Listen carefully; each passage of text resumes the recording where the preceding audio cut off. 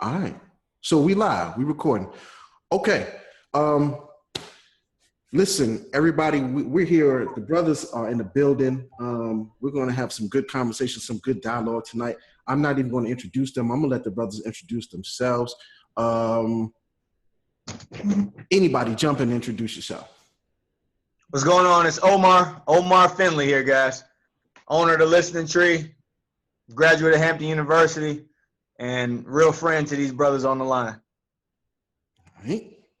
How you doing? James Folk, graduate of Hampton University, along with the brothers that's on the line. I am a father of 3 children, 9, 6, and 2. Married to a beautiful wife, Alicia, for to be 12 years in June, and just chasing a dream, making it happen.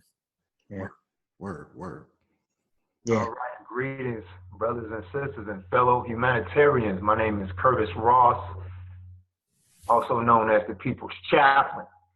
And I'm excited to be on the line with these brothers. I am also a graduate of Hampton University and an esteemed father of 2, married, going on 10 in November, and just excited to be a part of this dialogue. So I trust that whatever is said today will be a blessing to you. Yeah, and I wanted to chime in behind y'all, man. Married to a beautiful wife, been there. We'll be 12 years in May, and got 3 children. Got 3 children, 9, 7, and 4. 2 boys, 1 girl, and they keep me motivated every day. It's the reason why I do everything all day, every day. So, yes, sir. Nice. James, yeah, you said your oldest daughter was doing track today, right? Yeah, she actually started doing track. She had her first meet about 2.5 weeks ago. We got another meet coming up next weekend. So, we chasing that Hampton or somewhere college money. We got to get that college money going. Yeah. No doubt. All right. So people that are watching, what we're doing is I put some questions together and I decided to enlist the help from these 3 brothers right here to tackle just some of the things that I think when we talk about Black male fatherhood, a lot goes unsaid, a lot goes under the radar, a lot goes undiscussed. A lot of Black men suffer in silence. A lot of Black men don't get a lot of their voices heard. I've seen in the news, personally, I've had lost friends that have, passed away. Either, unforeseen circumstances, I'll say, and how society can kind of wear on a person. And if they don't have an outlet or a medium to kind of express themselves, what they're going through, have a listening ear or something of that nature, things can go some way. So just kind of want to get ideas off of these brothers and just create the dialogue and discussion around that. So with that said, I'm gonna just throw some questions out here. I'm gonna let y'all chime in. Anybody can take it at any time. So with that being said, how has becoming a father changed the way you engage and reconcile arguments, disputes, disagreements, and fights with your wife or your fiance? Now, the way I preface this is this. I believe, and I know, from the relationships I've been in, it's easy. Like if, you're in a relationship, y'all having a real disagreement, sometimes you just have like, well, I don't agree with you on this one, X, Y, and Z. But then sometimes you just have those knockdown, drag out arguments. And it's kind of like, some days you be like, you know what? All right, I'm gonna let you get the pass on this one. And then some days you're like, you know what? I'm giving you that work. You know what I'm saying? I'm a savage today. I'm letting you gonna get this work. I'm giving it to you. And you're gonna take it. You know what I'm saying? But as a father, you have to, I'm assuming, because y'all crossed the level that I haven't crossed yet. I'm assuming there now has to be a readjustment, a realignment of how you deal with it, because it's like you don't want your child to see you going off, on your wife. For people that are watching this, if you're engaged, you don't want to see you know, your child, you know, what your child seeing you going off on your mate, your partner, like some savage, some barbarian, you kind of want to, you know, kind of keep that under wraps and, you know, until y'all solve that as what it is. So has being married, how has that changed the way that you do conflict resolution, how you reconcile disagreements and misunderstandings? I'll start off by saying that I mean, I have learned. Well, I'll say this: I've gotten to the point now where I'm big on meditation because I've learned how to take a lot of deep breaths. Mm. Because I realized, I mean, because if you think about it, you know, once somebody does hit your hot button, and typically that can be your spouse, one of the things that happens physically is that your heart starts to race. And if you don't identify what's going on physically, then yeah, mentally, and then that speech, yeah, I mean, you're going. So yeah, the beginning of the marriage, it was like you know what I'm saying, you know, she throw her hook and you right back throwing your hook, and before you know it, you know, you trying to figure out how we get so deep into our anger or our frustration. Yeah.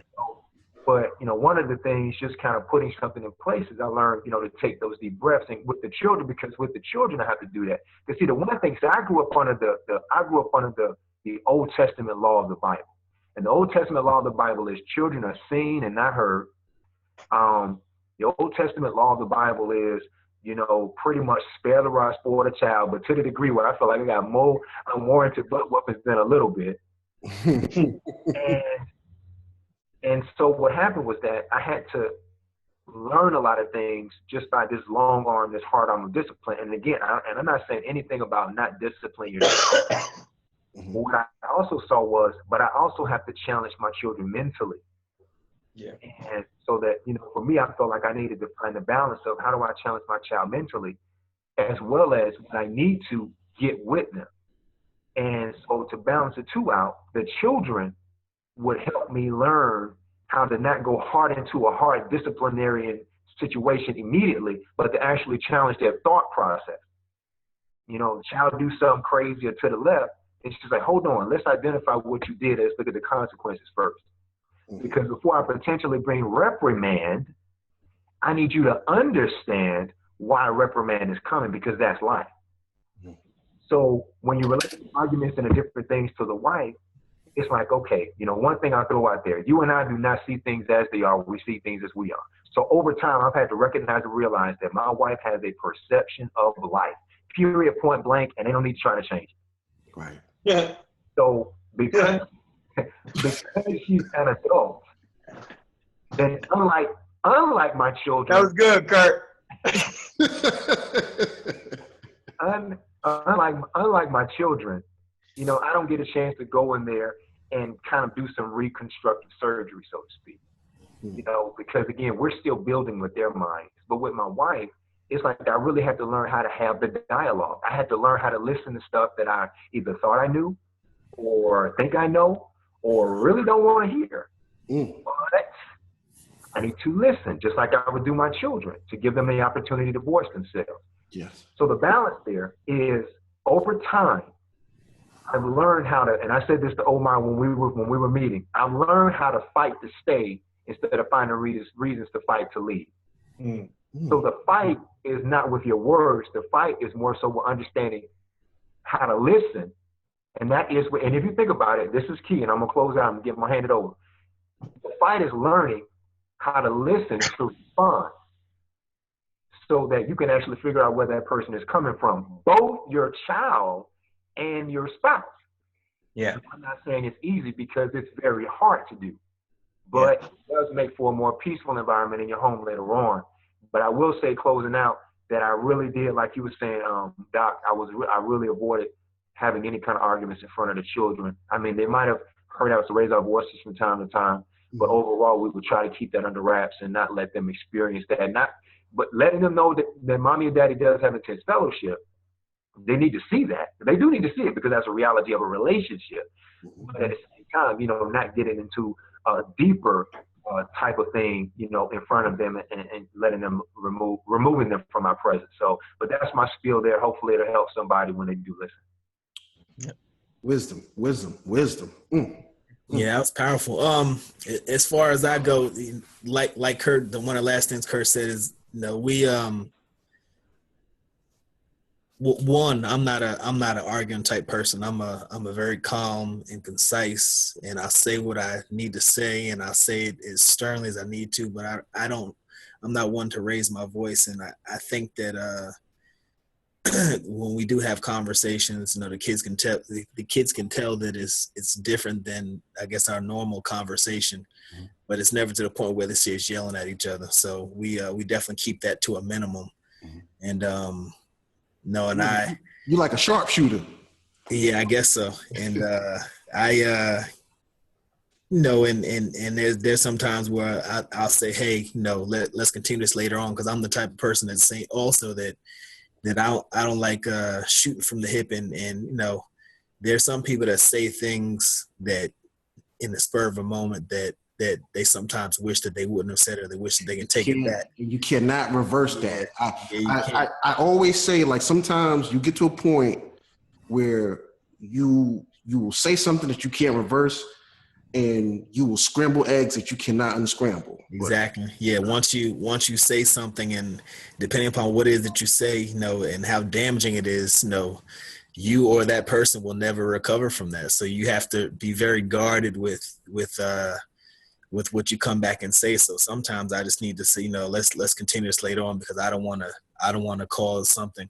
The purpose of us doing what we're doing, we said that we were going to make this thing, a lifelong thing, and as long as possible. And we don't want to damage the foundations of what we've built thus far over a few words that can be said probably 10 other ways. So that's one thing that I like to practice, and I think the kids, like I said, see us having strong conversations sometimes, but it's never to the point where it's ever yelling and screaming. And I'm also not the type of dude to try and hover over a woman to make her feel intimidated, right? Yeah. Oh, but you a boxer though, man. That's what you.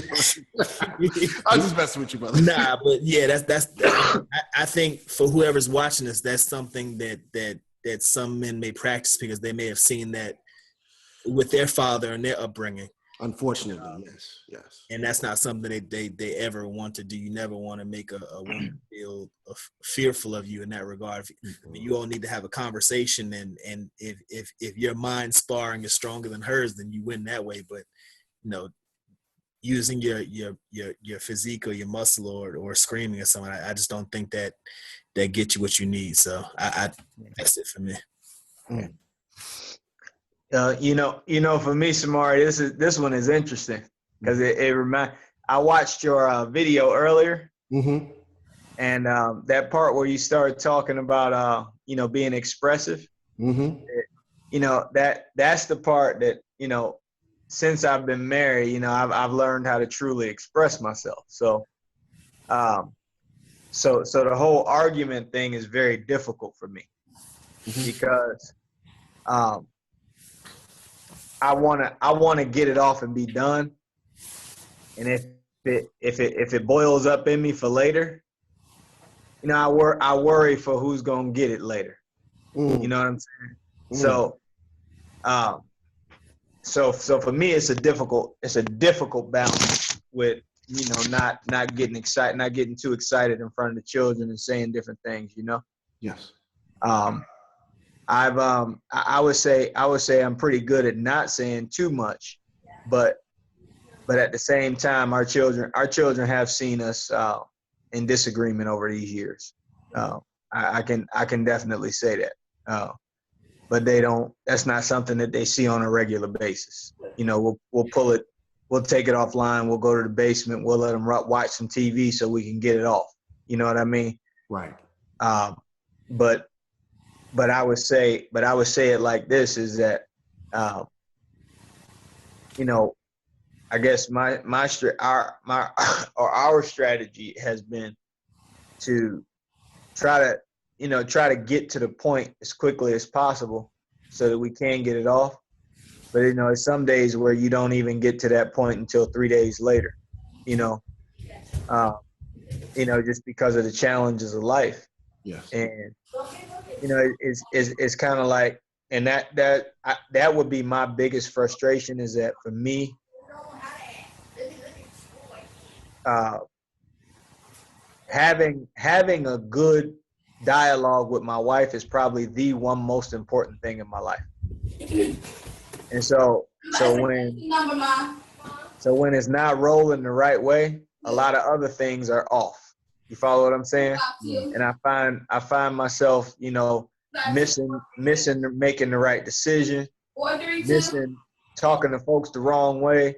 You know what I'm saying? And so I work very hard to try and bring us back on key with one another all the time. And so it's like I say, that's a very challenging one, because we both are A-type people, and what we've seen is that works very well when we on the same page, and it works horribly when we both trying to be the leader.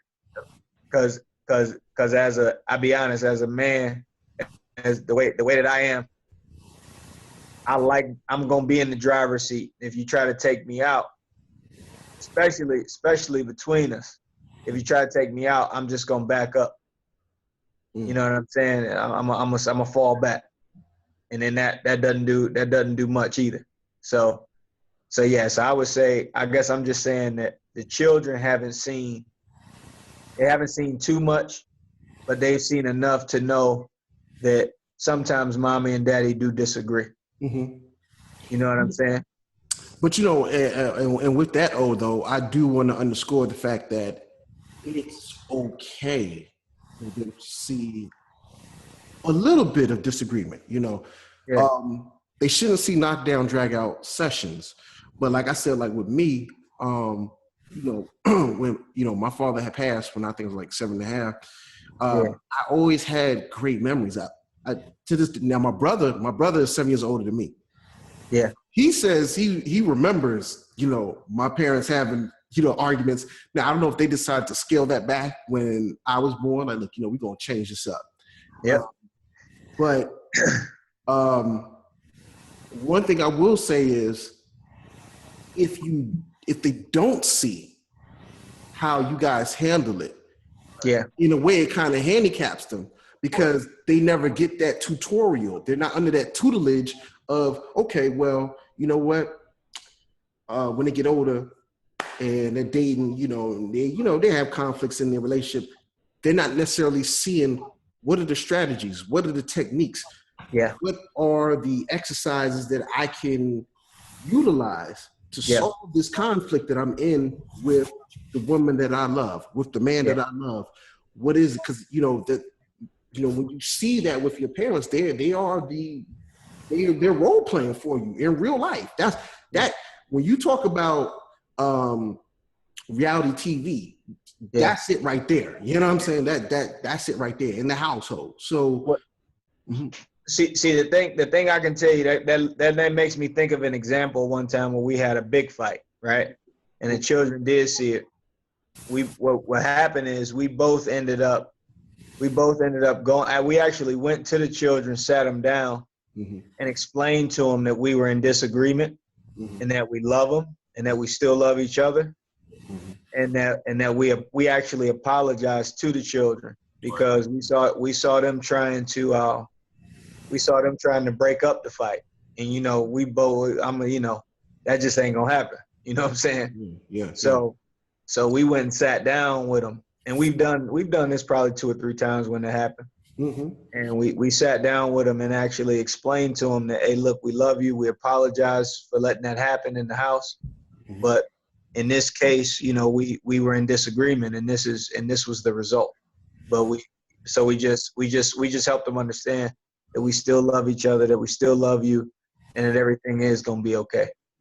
Brother, I want to slide in right there too, because what you just said and what you just articulated is something that I think that needs to be spoke about. A lot of times what I'm seeing now, I read different headlines, I'm always because I'm always posting stuff and blogging and Yeah. stuff. Now you're seeing a rise. Not saying that relationship violence never existed, but now you're seeing a skyrocketing trend, or maybe an over-reporting. Now that technology is more advanced, you're seeing people report more incidents of domestic violence. Yeah.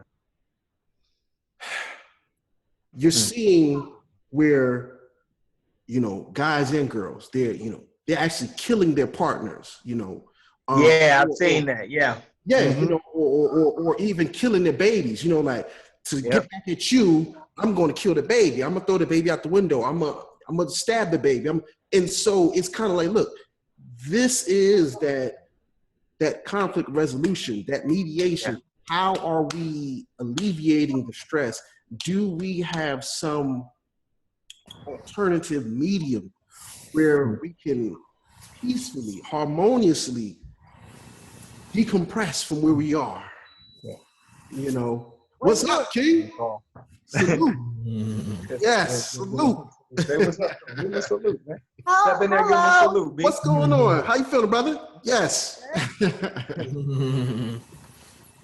Yeah. Go ahead, I'm listening to you. So it to me, it just shows like what you were just saying. I think, when we don't have our fathers in the homes to really demonstrate, like the fact that y'all sat down and said, look, you know what, this is what happened. This is what it means. This is what it doesn't mean. And we're still here in X, Y, and Z. That is key, because there's a lot of kids out here that are not getting that. They're not seeing that. Yeah. And as they get older, what we're seeing now, this whole, she said X, Y, and Z about me. She cheated on me. I'm a shooter and killer. Like, these are the manifestations of never having real conflict resolution, real mediation. And it's so funny. Sometimes I think it might just be age, because one thing that I've seen is as we gotten older, it's just certain stuff that you just decide you ain't gonna do no more. You know what I'm saying? Like, it's just like, you know what? I'm just too old for this. You know what I'm saying? Like, and the next thing, and what I mean by that is, there's a level of selfishness and ego that is not beneficial to yourself. You know what I'm saying? Like, it is detrimental. You know what I'm saying? Like at some point, you got to realize that people going to be who they are. Like, I really love what Kurt said earlier when he said, he got to realize she going to see things the way she's seeing. Yes, you know what I'm saying? Like that is some wisdom for everybody. You know what I'm saying? And it's not to say that a person won't understand you, but it's that you got to gain an understanding of them in order to provoke that understanding. You see what I'm saying?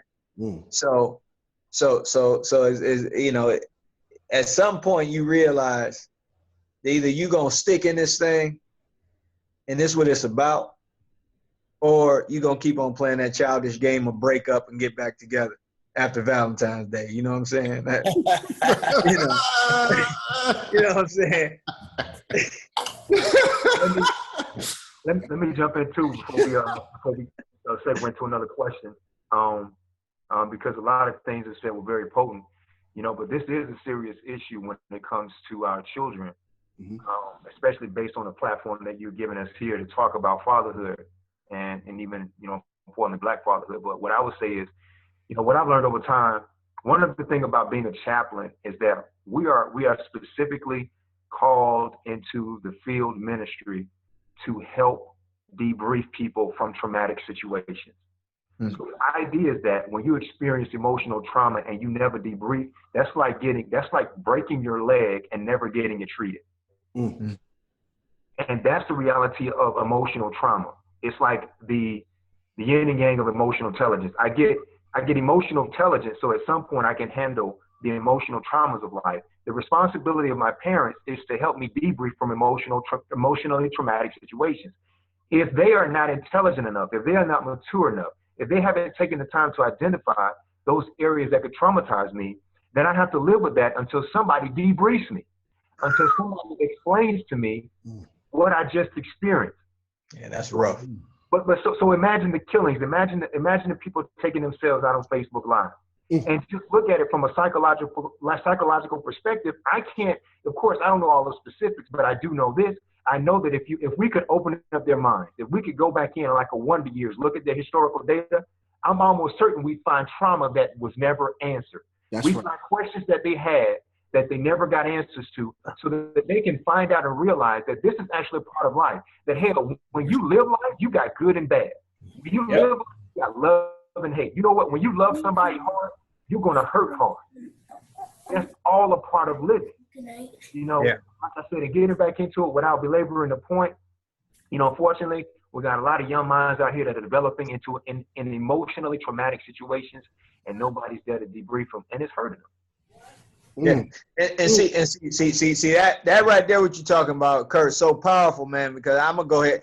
Let's go ahead and take it there, right? Yeah, I ain't trying to take over, Samar. No. Go ahead. But that's the reason why like we need to be fathers. You follow what I'm saying? Like in all reality, there's a lot of people growing up without fathers, and some of us here grew up without one, and we know what it feels like. You know what I'm saying? But the whole reality to the situation is that the fact that we know that now, I believe we have a responsibility to our own and to the larger community to do something about it. True. And that's the main thing that that's why we established that bookstore, the Listening Tree, because in all reality, there are people who are hurting, and we can't keep opening up those sores with all of these books, that keep on talking about the struggle. We got to start talking about the solutions. Yes. We got to start talking about the things that will put us in a place that we want to be, of self-sufficiency, self-determination, and just real control of our own communities. And we cannot continue to argue with people who are clearly against us having self-determination as a people, as Black people in the world. And being men, we got to put our foot down and say, look, I'd rather die than to leave something, than to fake like I don't love my children. True indeed.